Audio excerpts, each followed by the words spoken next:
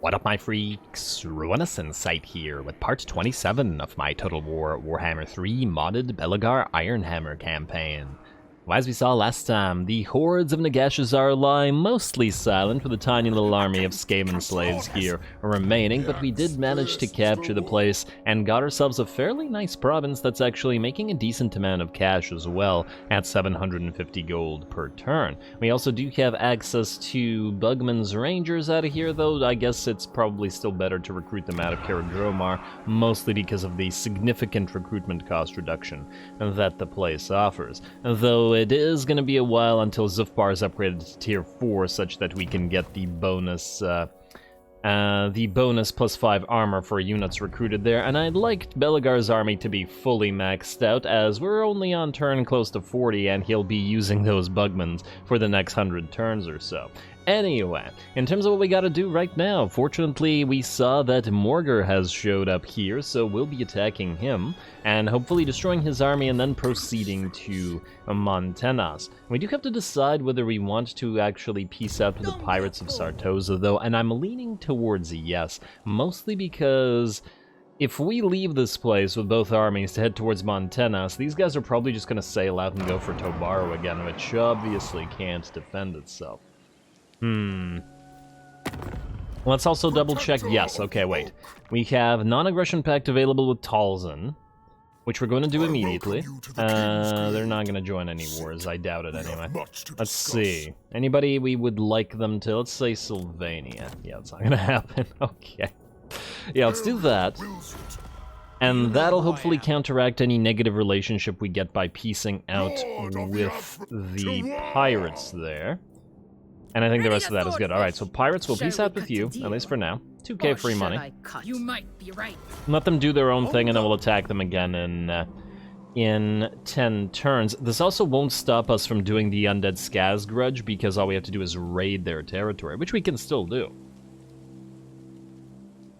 And we still do want to probably take Sartosa for ourselves, I guess. No, it's going to be a toughie for Grimly, but that's okay. Anyway, speaking of Grimly, we are going to attack in a couple seconds. Let's just do a few things first. You know what, let's move the armies around. Let's swap a few items around as well. We don't need the Scepter of Stone in Belegar's army. This was just held here temporarily, because nobody else was using it. And Grimly can have it back. And we did get a second Rune of Spite. The first one can be held by Belegar's permanently, and then the second one, I guess, Grimly can have. He can also have the Master Rune of Flight. Honestly, these super powerful runes feel like they're not really necessary in Belegar's army in general, just because his army is already so strong. And then I guess we gotta give Grimly some items as well. One will be the... Where's... Oh wait, that was a magic item. One will be the Scepter of Stone, and then we'll just swap some random stuff in here. Armor Fortune, Ogre Blade, and ooh, Brass Cleaver, you say?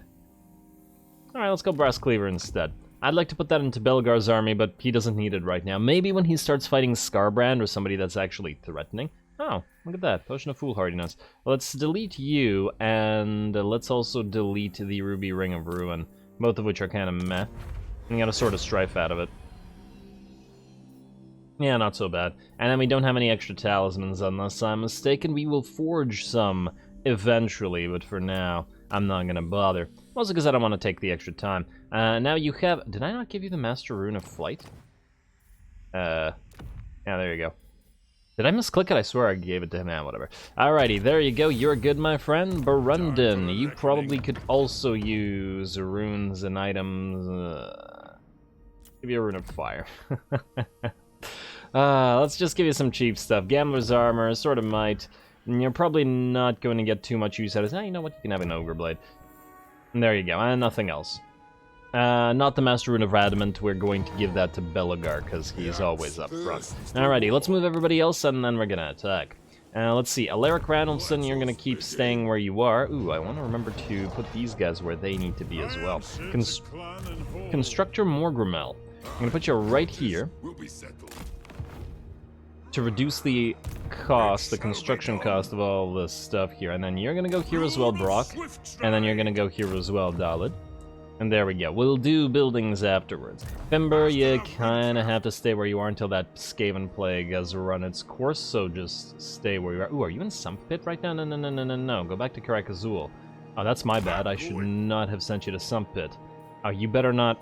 You know what? We may have to leave Alea's will. I didn't realize that he was in Sumpit. He's much closer to Karak Eight than the Sumpit building, so... There you go. And you can go back to Valais as well. Swell.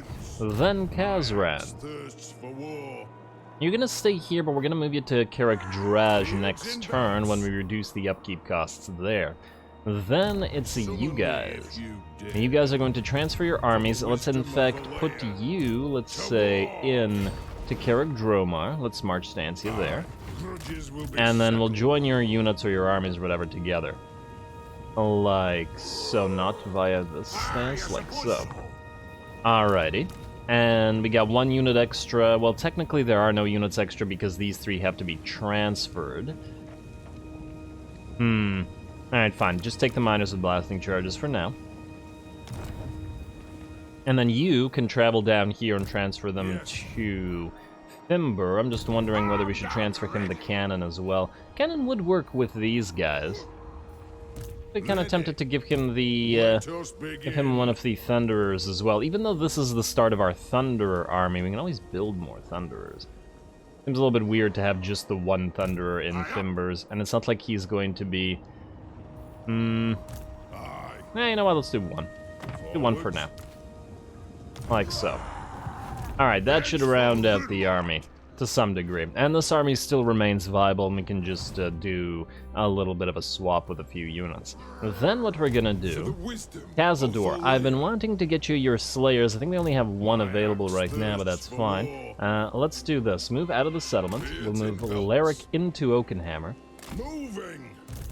And we're gonna transfer, let's say, these 2 miners. In fact, we're gonna delete these 2 miners. I shouldn't have even bothered transferring them.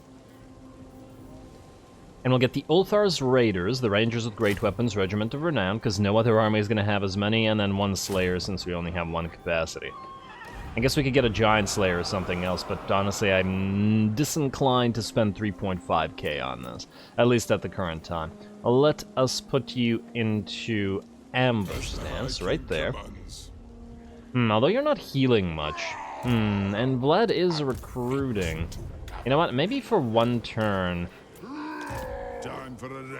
I'd like to try to get an ambush going, but you never know. You know what? Let's get recruitment going for 1 more turn at least. Like so, yeah, that's a lot better. And you know what? We'll give you points and stuff next turn because I don't want to deal with it right now, and I don't think it's necessary with all these guys still recruiting. I doubt they're gonna attack. Ooh, also, Karak Dromar, we definitely need walls here ASAP. So while there's other good stuff that we need to get, we're gonna prioritize you. Alrighty, anybody else need to move before we fight Morghur there? Grimly, you are ready to go. Cazador, you have just been moved. Barundan, you are going to follow Grimly in. Kazran nor Grimling, you are where you are. Halkenhalf, you are going to... You know what? I'm going to move up here. Let us be about this. And we're going to use you to further reduce the construction cost of the territory. Because Karak Azgal doesn't need the reduction. Well, actually it does, but these guys aren't going to move down there. And they're going to reduce everything here instead, and then up to here, and then up to here. I like the idea. Let's hope that this works. In fact, it makes me want to build more Thanes with construction cost reduction, but we don't have any more capacity for them at the current time. Alrighty, well, that's good. Let us attack with Grimly, shall we? Barundan, let's move you in right here. And, wait. I forget, are you able to attack with battle initiation disabled? Damn. I was hoping that it would be like Kairos' teleport, that we could attack via the underway when enemies are also an underway. But alas, you cannot. Oh well, Barundan right there. And then Grimly, you are going to... Wait, let's get you your point, and then we'll attack you. Tradition and Innovation because of the Bolt Throwers. And let's get you your point, which is gonna be... Well, this stuff doesn't matter, at least not right now. We could get you, for example, another point in Ancestral Grit. No. This is kind of a waste of 2 points. I didn't do this. We must have gotten this from another Lord or a Confederation. Let's, Brass Lung 25%. Kind of meh. I guess we could get Lord of the Deeps. not really an intercept battle, and it's not fighting Skaven, so it wouldn't really do anything for us here. You know what, Squirrels just get hard to hit. There you go. There you go. That's an easy pick. That is always useful. Grimly, right at 0 movement points left, but at least he can reach Morghur. So reach him you shall. Alright, beautiful. Close victory, apparently. Well, we know that Morghur himself is very scary. Hopefully we can knock him out with the... with our range firepower before he can do too much, and once again, this time we will be testing the Rune of Penetration, finally. So here we go, let's test it out. I don't know how effective it'll be if this is a Beast Path battle, and it is a Beast Path battle, so all the trees will probably be blocking our shots, which will actually make this a much more difficult battle than it would otherwise be. So, hopefully it's going to be a pretty interesting one. Here we go.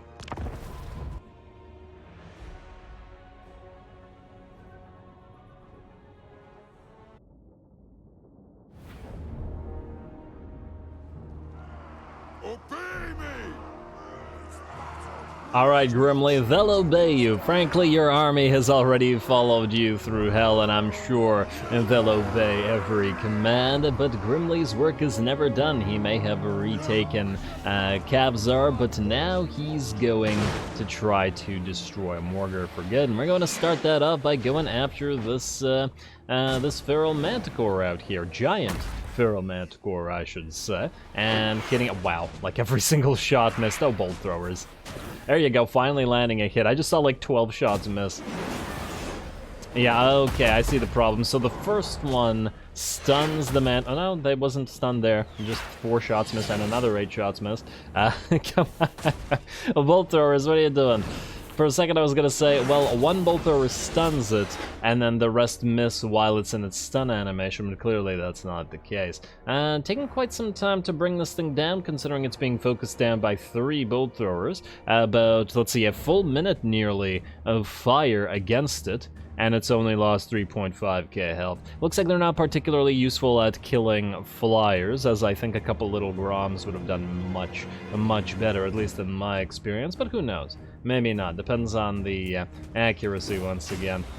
Alrighty, and there we go. That should make it a lot easier as the Feral Manticore has moved into the range of our, well, Rangers, and thus it should be going down. There it goes. It suddenly routes, and it should drop any second now. There we go.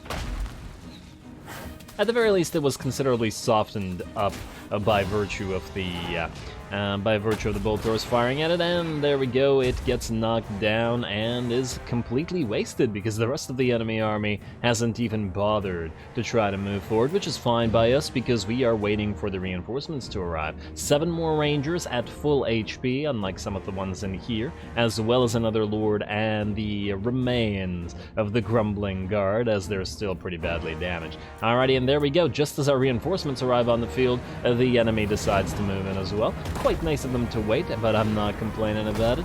Here we go.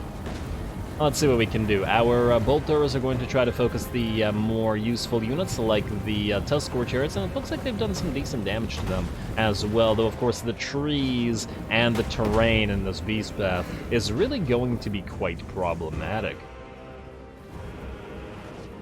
It ain't so great. And the enemy is kind of probably accidentally, but using the terrain to its advantage. But still props to the AI, accidental or not. On the bright side, this does feel like the way that a Beastman army would probably travel to some degrees. Look at them hugging the edge of the map and running through the tree line there. Pretty nice. It feels lorefully accurate to some degree. Especially the column marching, even though the column is not so great for them, mind you. But nonetheless. Anyway, here they come. We have our setup complete. Our Lord's going to join the battle line in a few seconds as well. We're going to get that ballistics calibration popping as soon as Morghur moves into range, and then try to knock him down before he can do too much damage to us. And it looks like the Grumbling Guard will be the ones to draw first, well, not really first blood, but the first ones to get charged at the very least. Some Ungors charging them, and of course the Ungors are not going to be bringing down a unit of Longbeards, much less a unit of... oh my.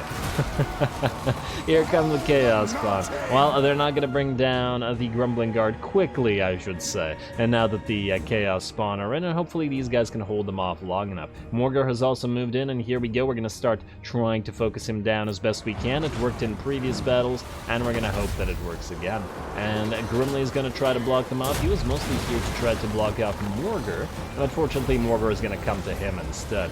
Though there are now Chaos Spawn here as well, going to launch that Rune of Truth Light directly at Morghur, and he is below half HP now, so a few more shots should be pretty bad for him. Over on the flanks, the enemy is moving up on top of this little plateau here where we only have 2 units of Rangers, which are going to have to hold off those Tuskor chariots, though we will shortly turn a few Rangers to fire up there as well. Looks like we're doing pretty okay here, and unless I'm mistaken, I believe we have dropped an Assault of Stone on them. Yeah. I missed that, but oh well. We've seen it many a time, and while it did some damage here, it obviously hasn't cleared the enemy out. Morghur, however, is now in very, very bad shape and is only a few more hits away from death, and will finally drop. In fact, funnily enough, it looks like all of the Chaos Spawn that I think those were summoned by him have dropped just by virtue of our units trying to target Morghur and stray shots hitting the Chaos Spawn instead, which I guess certainly works out. Grimly's still out front, and though he did manage to get a few whacks away at Morghur, it was obviously the ranged units that eventually brought him down. On the bright side, the Ungors and the Gors are not having that great of a time and are going to back off. I do imagine that a few of them will come back and rally, but it'll take them some time, and in the meantime we can focus them down while shooting them in the back, and at the same time try to kill more of those Chaos Spawn. Remnants of the Grumbling Guard are now going to back off from the main line. We'll use the Rangers as the main line here, and our Lord as well. There we go, gonna bring down the last of these Chaos Spawn at the very least, and once again it's fortunate that our reinforcing unit of Rangers is at full HP. And there we go, our front lines are pretty much cleared. Really, it's now just the flanks fighting. This place is a little bit in trouble, but we have turned more Rangers this way, and they should be focusing down those Ungors with a decent speed, or at least it looks like it. There's a lot of dead Ungors lying near those Rangers. We are going to swap out the units, though, as the unit that was standing out front is pretty badly beat up now, having lost half of the HP that they started with, though less than they might have otherwise if we had not used the what was it called again? The entrenchment spell on them. So they had the physical resistance up to 20% while fighting these guys, so that certainly helped out. Unfortunately, the Grudge Thrower can't target this because it would have been really good at doing so, but it's okay. And just a matter of killing off the rest of the enemy units. It looks like our Dwarf Warriors are actually gonna run away now. Unfortunate, but on the bright side, as soon as they move, all the bolt throwers and our Rangers can fire properly. And just like that, those Chaos Spawn are going to get knocked out really, really quickly. The bolt throwers not being able to fire on them previously, of course, because they would have done probably as much damage, if not more damage, to our own units than they would have done to the enemy. Anyway, it looks like the rest of the Ungors and the Gors are breaking, and in fact, the rest of the enemy army will break. Not too bad. We took a little bit of damage on this flank, and of course our Dwarf Warriors routed, but I think that was it. And neither one of those units took all that much damage in terms of their model losses, more HP damage. Dwarf Warriors are still at half, and Rangers were roughly at half as well. Though I don't remember how many they started with at the start of this battle. Very nice. I honestly thought we'd do worse considering it was a beast path battle, and is not ideal for us like an open field is, but that's just fine. I'm sure our Rangers, being woodsmen and all, are fairly used to fighting in such places and killing off many a beastman, which they will have to do at least one more time. Also, kind of a aside, but we are only one turn now away from getting new units available, so Fire Drakes, or Iron Drakes with flamethrowers, the regular Iron Drakes, and a bunch of other stuff. Alaric Ranulfson will be getting our Fire Army, mostly because he currently has the Warriors of Dragonfire Pass with him, and we can build a bunch of brimstone guns and a bunch of fire drakes and flame cannons, put them in there and see how that performs. Should be a pretty fun time. Though I think some flame cannons are going to go into our explosion army as well, because I do think that they fit there quite nicely. Anyway, just an aside, can't wait for it.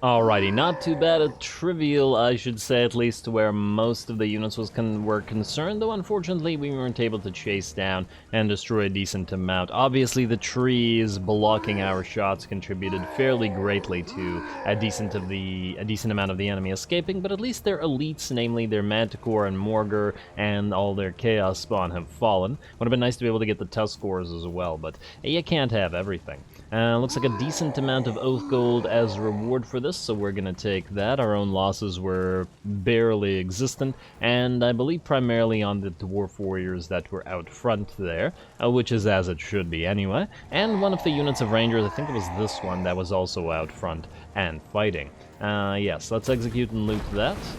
And he's going to run, and unfortunately we can't catch him. We are also in attrition territory, which is kind of a problem.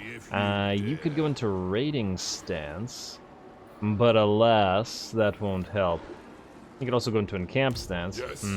You can't change stances, yeah, so we're going to have to suffer a turn of attrition on all these units. Wondering if there's a way to make you not suffer attrition. If only Burundan could move still. Yeah, what I should have done last turn was summon a temporary lord here. And it's too late now, obviously. Summon a temporary lord so that he could jump via the underway stance and grab all of these units, which would make those units then immune to attrition. But alas, oh well, you're gonna go into an encamp stance, then at least your units won't suffer anymore. These ones will lose, damn, 12 units. That's quite a bit. A single turn of attrition is going to cost us about 200 units or so. It's going to be much more than the damage from the actual battle. Gotta be careful about that chaos attrition. And I don't believe that we have any runes or even any abilities to reduce chaos attrition, which is a little bit surprising, because dwarfs are naturally resistant to chaos corruption in general. So you'd think that they have ways to reduce attrition. We have Reassuring Presence in the second portion of the blue tree. Interesting that the manlings have it, I believe, in the first portion of their tree, as in the Empire units or armies. Yeah, basically, most of the decent stuff is here.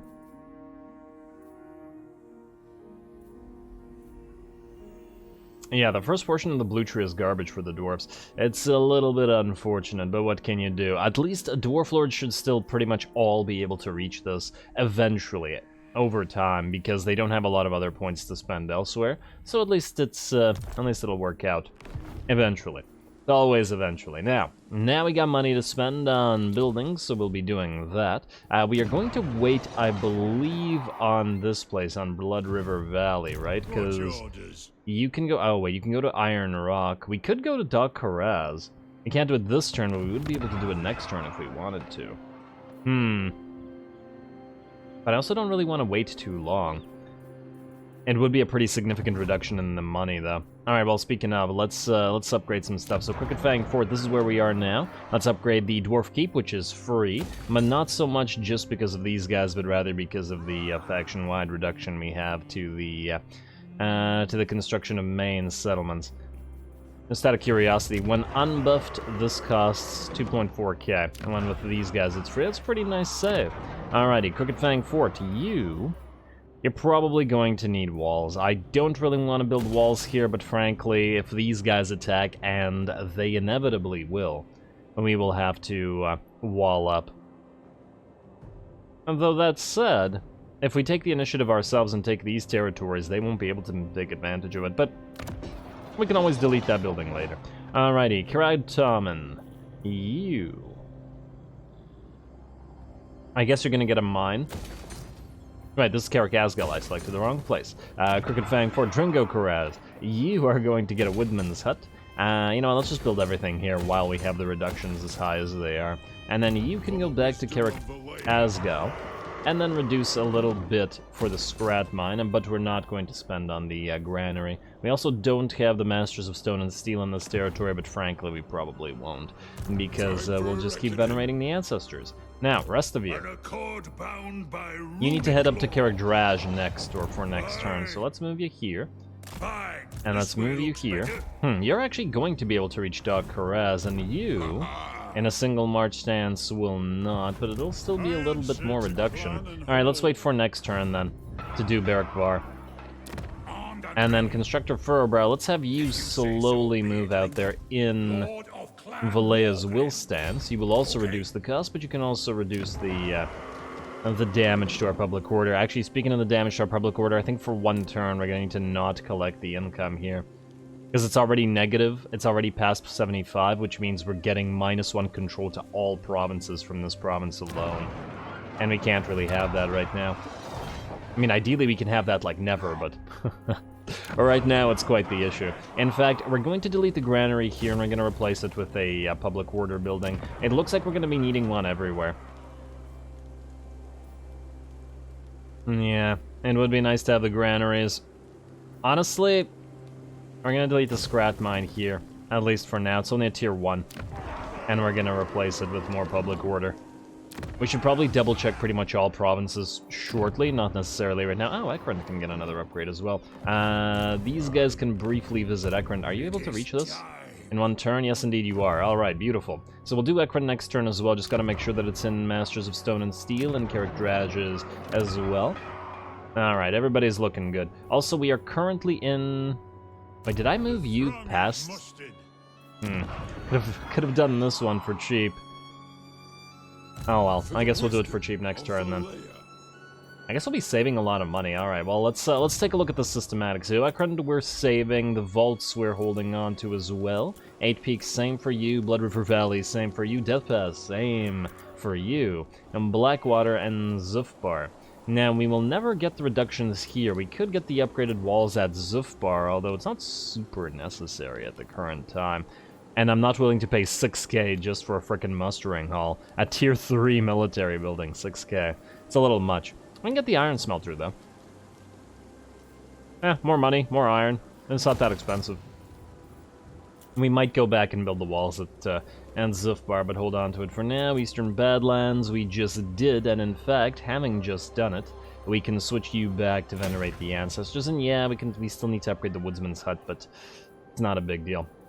Not the reductions on a single building. And Nagashazar, I would like to get this, but not at 4k, and not right now. Karak Azul. We do have reductions coming in here via you, so let's put you here for a second. And then let's build, let's see. It's gotta be Sump Pit or Black Iron Mine. Yes, we obviously want to build up Karak Azul. The problem is, these places are very likely to get attacked, and I'm inclined to say Black Iron Mine's the better pick, because we can actually build a granary here and upgrade it. In fact, we really need growth in this particular territory because it's constantly getting attacked. So I think we'll get the granary as well. Alright, and then you can go back here. There we go. Alrighty, we have about 12k remaining. That was Karak Azul, which was the Southern World's Edge province, which is here. Blighted Marshes, we can ignore you, or continue ignoring you. You don't need Empower the Guilds anymore. Although the growth is quite helpful here, but the public order is garbage. You know what? Don't collect money. It's only 300 per turn. It's not worth the effort. And I think we can delete the clan barracks out of here. Replace it with a growth building. Alright, Eastern Border Princes. Akendorf, we are saving you as well, probably. Although there's actually not a lot to build here. Yeah, pastures which aren't actually worth it. Yeah, you're fine as you are. And we got 2 turns until the Makaz Ungor is up and running, so that's good. Forest of Gloom. You should build something that is... Actually, somebody suggested we trade Forest of Gloom to Kazakit-HA, but yeah, it's not possible.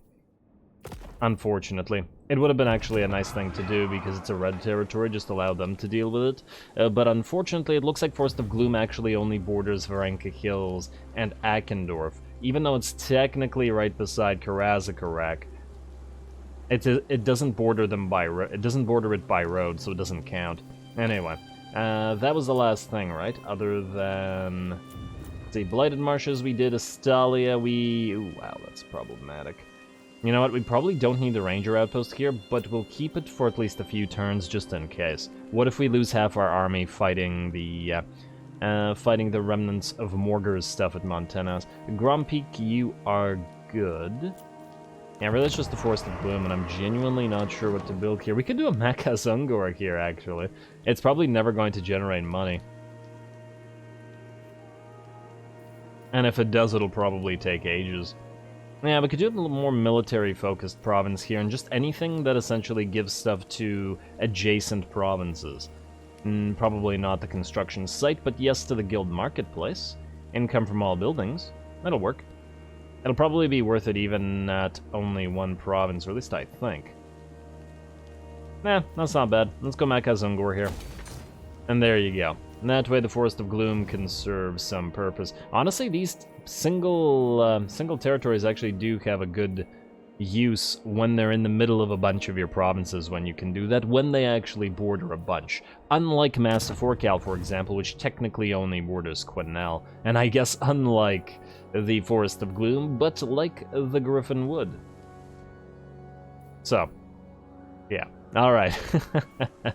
I'm just wondering whether there's anything else we needed to do this turn, but I don't believe there is. You guys will continue to chase. Let us skip the end of the rest of this. Outpost available. Sure, sure, sure. We check diplomacy in the turn. Let's see about the Desolation and the Gash. I believe Queek will come back. This is turn 38, so we got one more turn until he comes back. Alright. Ah, thank you, Pestilost. I was worried that he would give the plague to Belegar's army, but it looks like that's not happening. You want us to join war against the Bards of Sartosa? That was quick, but it ain't gonna happen. Because it'll screw our diplomatic standing with everybody. Considering we just pieced out with them, I mean. Morphage is going to siege Nagashazar. I guess because he can't attack, but that's fine. Ally mobilizes towards settlement border. Princess Confederation between the northern provinces and Imperial Wardens. Nagashazar besieged. Gradnar's ready for duty. We suddenly lost 1,500 money. Well, that's tremendously rude. I didn't even know that was a thing, that you could just suddenly lose money without it even being an option. Like, to choose something. A map has been discovered of the fabled lost dwarf hold of Karak. Should Karak ever be reclaimed for the Karazung Angkor, it would be a great triumph in the Age of Reckoning. A large expedition is organized at great cost and resources. Yeah, thanks. Don't give us the option to delay the expedition or anything. Dwarf Blight for Alaric. Yeah, that's a pretty good place to have it. And recruitment costs for artillery for Alaric. Sure. Another stonemason, which is always nice. 2 more stonemasons. Alright, you. Okay, well, we're not going to waste our time playing this. I know it kills the garrison, but what can you do? Let's get Drink to Victory.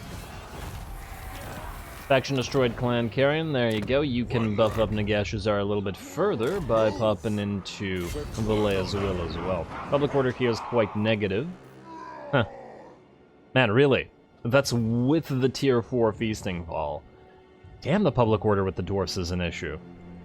Man, I didn't think that this would be such a huge issue. We have no corruption here and a Tier 4 drinking hall with the +6 control. I guess we are losing control due to the Toolmakers Guild, but still, damn.